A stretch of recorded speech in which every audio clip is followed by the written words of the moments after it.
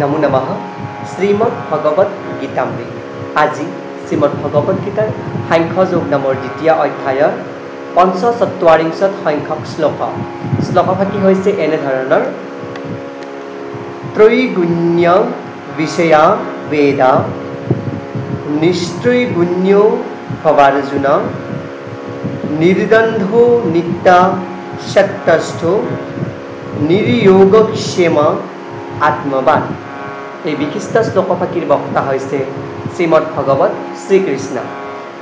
শ্লোকভাগীৰ অসমীয়া অৰ্থ হৈছে এনেধৰণৰ বেদসমূহে ঘাইকৈ প্ৰকৃতিৰ তিনিটা বিশিষ্ট গুণ সত্য ৰজ আৰু তম নামৰ গুণৰ বিষয়েহে কৈছে।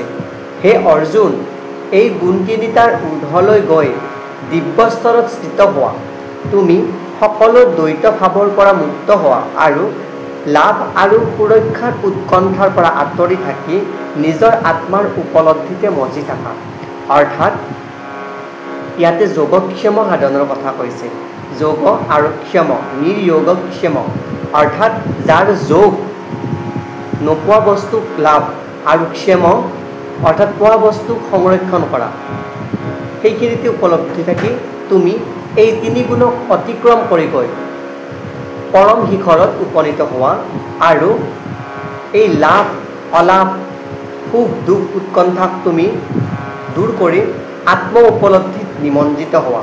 ইয়াতে বেদান্ত দৰ্শনৰ ব্ৰহ্ম জিজ্ঞাসাৰ অৰ্থাৎ অতীন্দ্ৰিয় আধ্যাত্মিক তত্ত্বৰ বিষয়ে জনাৰ আগ্ৰহেৰে আৰম্ভ কৰা এই বিশিষ্ট অতীন্দ্ৰিয় পৰমাৰ্থিক স্তৰৰ এটাৰ বিশিষ্ট পাৰ্থিৱ জগতৰ বৰ্ণনা কৰা হৈছে।